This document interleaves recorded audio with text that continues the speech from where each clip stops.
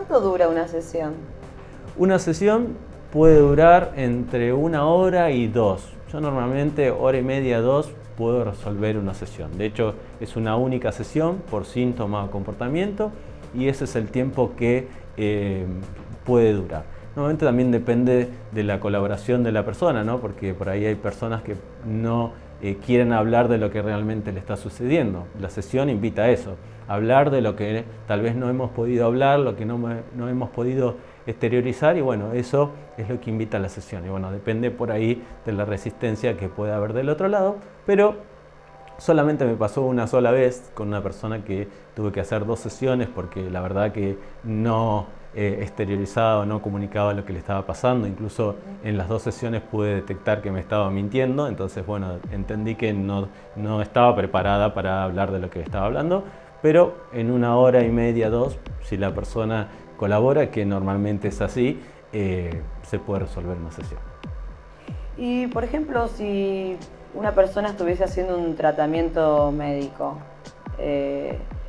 ¿lo tendría que dejar como para hacer bio?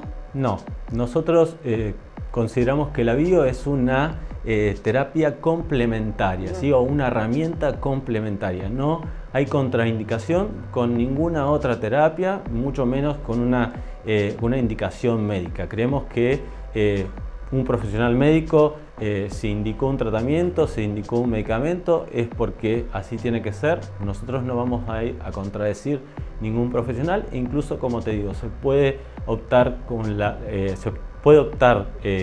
como una herramienta complementaria que no va a contradecir ningún otro tratamiento, y que obviamente desde nuestra perspectiva, cuando se trata de un síntoma físico, aquello que vamos a decodificar, pedimos un diagnóstico médico porque puede ser mucho más exacto a la hora de buscar su origen, y sin duda nos apoyamos con la medicina para obtener información necesaria para poder aplicar en la sesión. ¿Qué significa la palabra decodificar? Decodificar, bueno, es un poco desconstruir o revisar qué es lo que he vivido a nivel más minucioso de decodificar. Yo tengo un síntoma, bueno, el síntoma ese me da una cierta información, un cierto patrón de información, y bueno, yo lo que voy a decodificar o voy a revisar la vida personal para hallar ese patrón de información dentro de la vida, que en definitiva tiene que ver con una emoción, con ciertas vivencias que he ido viviendo, y que bueno, un poco se habla de decodificar, desarmar un poco la vida, ver los códigos que me está mostrando el síntoma del comportamiento, y sin duda esos códigos o esa información la vamos a buscar a lo largo de la vida de la persona, por eso se dice decodificar. O sea, si yo te pregunto, tengo fuertes dolores de cabeza continuos, ¿tiene un significado? Totalmente, totalmente. Nosotros, para decodificar un síntoma, y ya el síntoma nos da el primer patrón de información, entonces lo que vamos a observar es cuál es el órgano que está afectado. Por ejemplo, en la cabeza, estamos hablando del cerebro, ¿sí? Estaríamos hablando de un órgano de control. Entonces, si la función de ese órgano es del control, entonces el conflicto asociado está con querer tener el control. Entonces, cuando estamos hablando de un dolor de cabeza, estamos hablando de una persona que tal vez es muy controladora, y que en definitiva lo que está sucediendo ahí es una sucesión de pensamientos y pensamientos que, como sabemos, los pensamientos son energía, y depende, bueno, que se mande más sangre en la cabeza para poder irrigar mejor el cerebro. Eso va a hacer que las arterias y venas se ulceren, y eso en algún momento va a necesitar una reparación. Bueno, en la segunda fase de la reparación, que en definitiva es la segunda fase de la enfermedad, se va a producir la reparación, y ahí es donde va a doler la cabeza. Entonces, si duele la cabeza es porque la estuvimos usando demasiado, y normalmente son pensamientos recurrentes o son conflictos que pasamos ahí por nuestra cabeza porque queremos controlar algo que por ahí no podemos controlar. ¿Y angina, dolores de garganta? Bueno, con respecto a lo que es garganta, bueno, ahí está involucrada la boca, así que en definitiva la función de la boca es la comunicación, pero también es la de comer o atrapar el bocado. Entonces, cuando hay algún dolor de garganta, puede ser o palabras que quedaron ahí, a veces decimos, me quedó acá, y eso, bueno, me quedó ahí, las palabras, la emocionalidad quedó ahí, y puede ser que esa garganta después duela porque se está reparando. Hay algo que no se pudo exteriorizar, no se pudo comunicar, la emoción quedó ahí y necesita reparar, entonces la garganta va a doler. también puede suceder de que la relacionemos con atrapar el bocado, y atrapar el bocado puede ser un alimento real, pero puede ser también un alimento simbólico, o atrapar el bocado para una persona es ir a trabajar. Por eso siempre se analiza la perspectiva de la persona para poder entender qué es lo que ha sucedido. Pero bueno, el dolor de garganta habla de eso, de no poder comunicar o de quedarme con alguna palabra ahí, o en definitiva no poder haber atrapado el bocado, o lo atrapé y me lo sacaron ahí apenas de la boca, entonces la garganta quedó ahí con las ganas de tragar y no lo pudo tragar.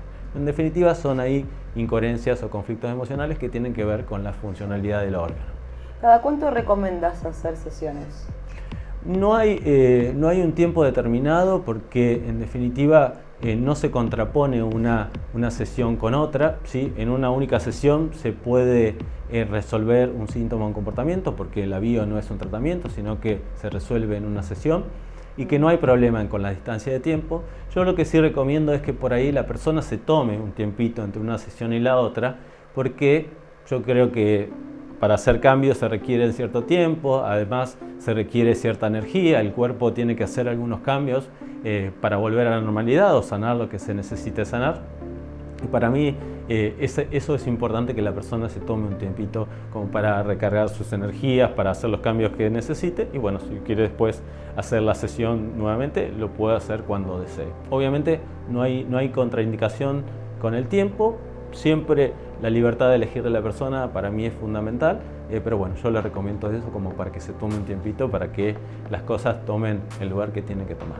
Para recargar energía de nuevo. Exactamente, porque ir hacia el pasado, observar qué es lo que he estado viviendo, revivir las emociones, porque para nuestro cerebro ir a algún lugar, recordarlas, es revivirlas, y eso obviamente va a volver a enfrentar ese dolor. Exactamente, sin duda. Entonces, todo eso demanda un gasto energético, y para mí eso se necesita una recuperación, y por eso creo que es conveniente que pasen algunos días por lo menos, como para, si desea tomar otra sesión. ¿Qué enfermedades o qué emociones recurre la gente a preguntarte? Mira, lo más común y lo que más he decodificado hasta el momento, y que para mí tiene que ver con estos tiempos actuales en los que vivimos, y que en definitiva nuestro cuerpo y nuestro cerebro no está adaptado al ritmo que estamos viviendo en la actualidad, es la depresión y la ansiedad. La ansiedad, bueno, es una atención excesiva hacia el futuro, y la depresión, una atención excesiva en el pasado. Y que bueno, las dos ahí tienen que ver con miedos muy profundos. En definitiva, la ansiedad con miedo a que suceda algo, y la depresión es algo que ya sucedió, que no puedo resolver, y que en definitiva me genera cierta frustración. Y esas son los dos síntomas que más he decodificado, y que ya te digo, para mí el acelere en el que vivimos actualmente hace que por ahí sean dos síntomas muy comunes que la gente presente hoy en día. ¿Recomendás las meditaciones también? Justamente hablábamos de acelere, de ansiedad. Totalmente.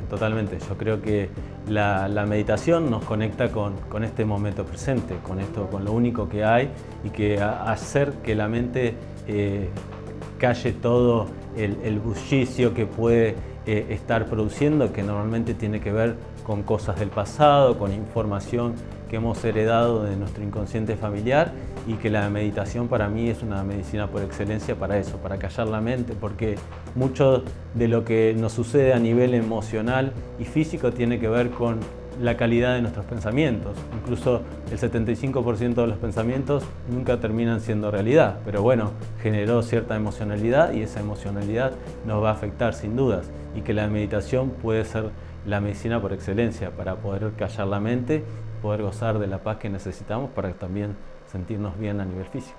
En tu experiencia, ¿qué es lo que siente un paciente después de hacer una sesión? Yo creo que uno siente paz, siente libertad, porque cuando vos descubrís cuál es el origen de lo que te ha estado sucediendo, y que incluso vos tenés el poder absoluto de cambiar eso que te ha sucedido, sin duda que uno siente una sensación de paz y de libertad que como una liviandad, ¿no? Sí, porque reconocer el poder, de que ese poder que que mi cuerpo tiene para generar un síntoma, también lo puede usar para revertirlo, y que si le damos información certera y que reconocemos las emociones como un aprendizaje y dejamos de sufrir con ellas, sin duda que eso va a generar a nivel energético un alivio importante, y para mí describirlo sería como una sensación de paz o de libertad, sin duda.